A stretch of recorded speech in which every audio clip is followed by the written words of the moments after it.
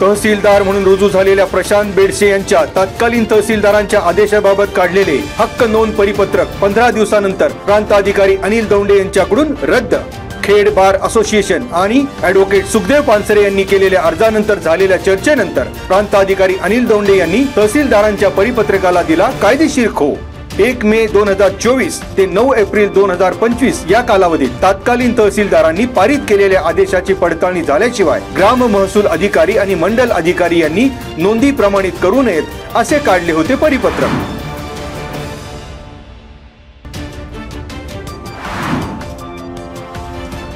राज्य महिला आयोगाच्या अध्यक्षा रुपाली चाकणकर यांनी शुक्रवारी पीडित कुटुंबीय आणि गावकऱ्यांची भेट घेत साधला संवाद।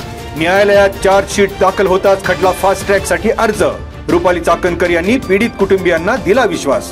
येत्या सोमवारपासून शाळा महाविद्यालयात मुलींचं सायबर गुन्हे आणि समुपदेशनाबाबत पोलिसांनी पुढाकार घेत जनजागृती करण्याचीही रुपाली चाकणकर यांनी दिल्या सूचना।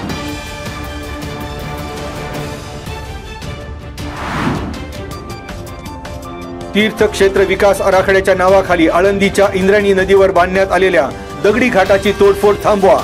सद्गुरू बाबाजी चैतन्य महाराज पालखी सोहळा तसेच संत श्रीपाद बाबा आणि संत रामदास बाबा पालखी सोहळ्याच्या वतीने निवासी जिल्हा अधिकारी ज्योती कदम यांना निवेदन। आळंदी नगर परिषदेच्या अजब कारभाराचा वारकऱ्यांनी नोंदविला निषेध। हबप धर्मराज महाराज हंडे, महेश महाराज नलावडे, शालिकराम महाराज खंदारे, तुकाराम महाराज कापसे, आळंदीचे संतोष महाराज सागळे आणि शेकडो वारकऱ्यांचा आंदोलनात सहभाग।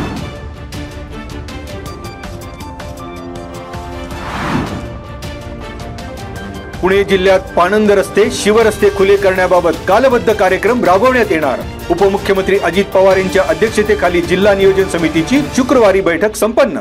जिल्हा वार्षिक योजनेतील मंजूर कामांसाठी संबंधित यंत्रणांनी 31 मे पर्यंत प्रशासकीय मान्यता घेऊन डिसेंबर अखेर कामे पूर्ण करण्याच्या दिल्या सूचना।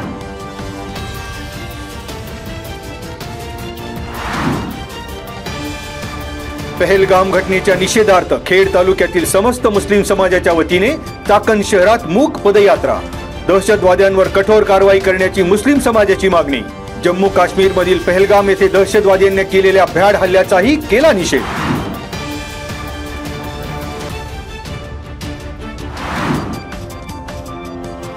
राज्य शासनाने नव्याने आदर्श ग्राम संकल्पना राबवावी। सरपंच परिषदेकडून ग्रामविकास मंत्री जयकुमार गोरे यांना निवेदन।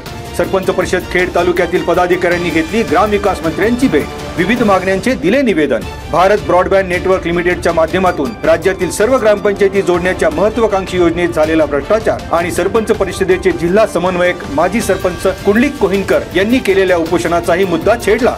निवेदनातून सरपंच परिषदेने उपस्थित केले सवाल।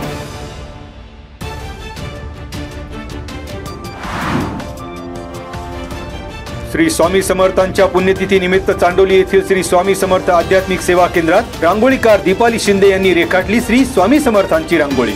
अखिल भारतीय श्री स्वामी समर्थ आध्यात्मिक सेवा आणि बाल संस्कार केंद्र राजगुरुनगर यांच्या माध्यमातून श्री गुरुचरित्र पारायण सोहळ्याची शनिवारी होणार सांगता।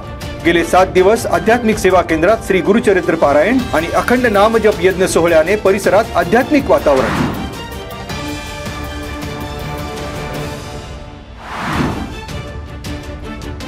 राजगुरुनगर शहरातील मध्यवर्ती भागात रंगारी काम करणाऱ्या 42 वर्षीय सचिन किसन कुंभार याचा गळफासाने मृत्यू।